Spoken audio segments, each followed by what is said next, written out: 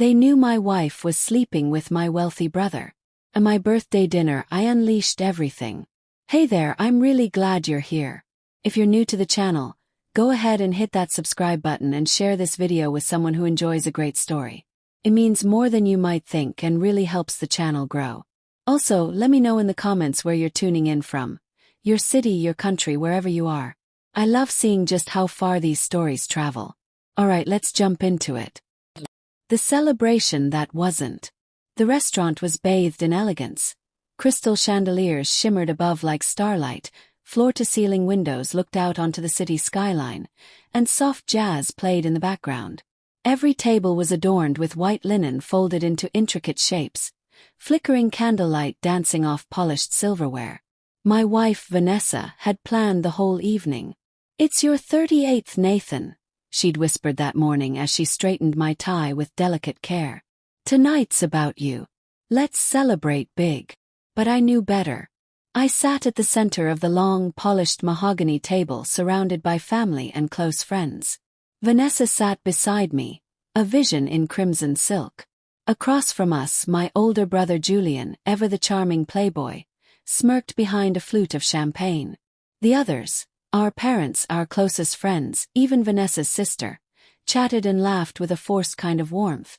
But something had shifted. It had begun months earlier. Subtle, almost invisible changes. Vanessa started sleeping with her phone tucked beneath her pillow. Her yoga classes stretched longer. New perfume, colder touches, and unfamiliar lingerie I'd never seen her wear for me. And Julian. He'd become a permanent fixture, always checking in. Always in my fridge, too comfortable in my home. I wasn't naive. But I needed proof.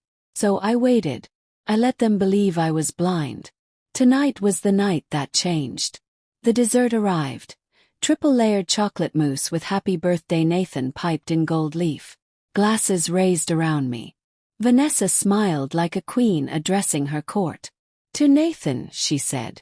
"The kindest, most patient man I know." I nodded slowly, raising my glass. "Thank you." Then Julian cleared his throat, leaning forward with theatrical sincerity. "We've all talked, Nathan. And we think it's time for honesty. Real honesty."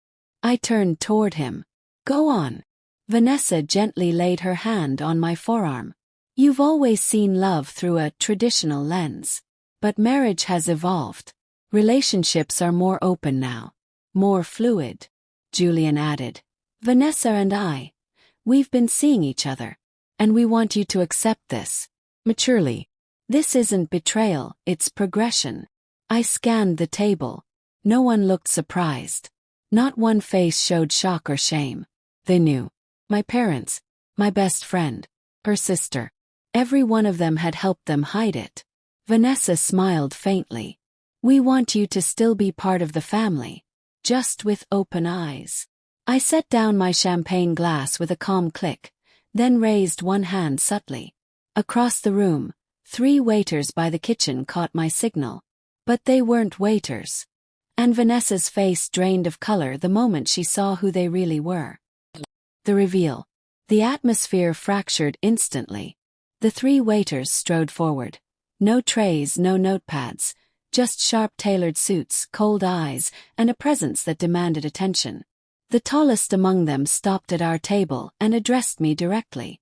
"Everything is ready, Mr. Harrington," he said. Murmurs ran down the table like a fuse burning toward dynamite. Vanessa froze beside me, her wine glass trembling in her hand. Julian narrowed his eyes. "What the hell is this?" I met his gaze without blinking. "This is the part where you both shut up." Vanessa's voice quivered. "Nathan, what are you doing?" The lead agent moved to the wall, pressed a button, and a quiet hum filled the room. Projector screen descended. The linen behind us came alive with flickering images. The first video played. A hotel lobby. Time-stamped. Vanessa and Julian entering, hand in hand, laughing. She wore a red coat. He had that same smug grin. In the elevator they kissed. The second clip showed Julian's penthouse. Vanessa in lace lingerie I bought her for our anniversary, straddling him on the couch. Then the audio played. Vanessa's voice. Nathan's sweet, but he's too predictable. He still thinks loyalty means something. Julian's reply. He'll roll over. He always does. The room fell silent. My mother covered her mouth. Her sister looked down. Vanessa reached for my arm. Nathan, please. I leaned away. Julian stood abruptly. You think this proves something? What's your endgame? Humiliation. I rose slow and deliberate. No, Julian. Just justice. I tossed an envelope onto the table. Slid to Vanessa. She opened it with shaking fingers. Inside signed divorce papers. A copy of the prenup she thought I'd forgotten. And a letter from my lawyer confirming her infidelity had voided all claims. She got nothing. Vanessa's face paled. You planned this. Every second. I faced the guests. To those who knew and said nothing, don't call me. Don't visit.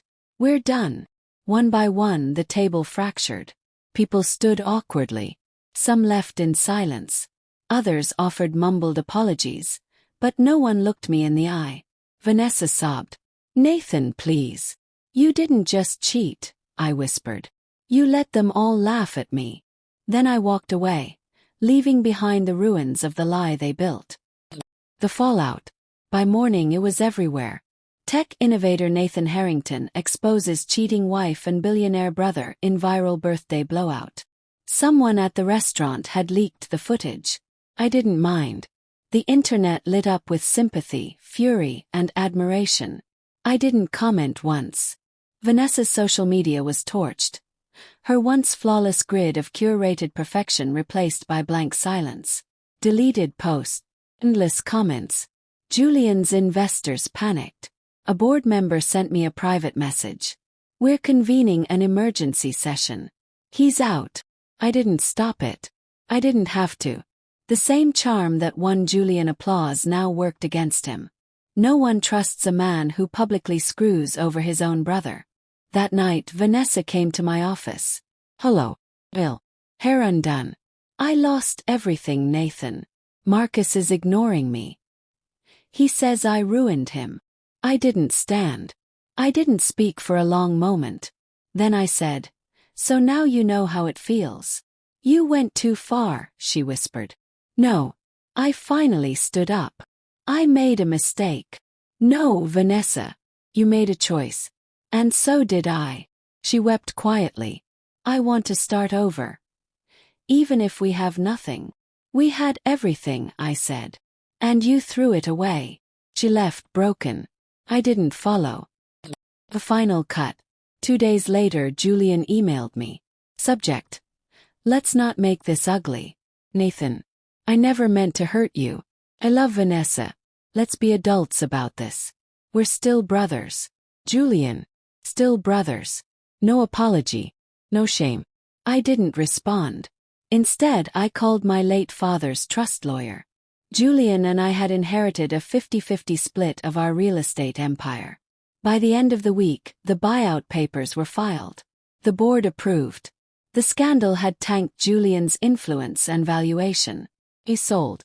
The contract barred him from rejoining. Permanently.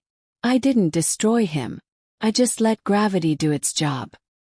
The walk away. Months passed. Vanessa tried resurfacing online. Hollow apologies. Growth captions. No names mentioned, but everyone knew. The comments were savage. She deactivated again. Julian. Exiled. My friends told me he floated through networking events like a ghost. Ignored, dismissed. And me. I rebuilt. I rebranded the company. I grew faster, smarter. Surrounded myself with people who had integrity. And one afternoon I saw them, Vanessa and Julian, in my new HQ lobby. Both of them looked smaller. She stepped forward. Nathan. I raised a hand. No speeches. Not here. Not ever again. Julian looked down. I didn't think you'd go this far. Smiled. No. I just stopped protecting you. Vanessa begged for closure. I already got it, I said. The day I realized distance heals better than revenge. Then I walked away. Peacefully. Finally, the better birthday. My next birthday was simple. A quiet dinner. Genuine laughter. Real love. A new woman, steady, kind, loyal. No secrets. No spectacle. Just peace. And that, in the end, was the greatest justice of all. Living a life they are no longer allowed to witness.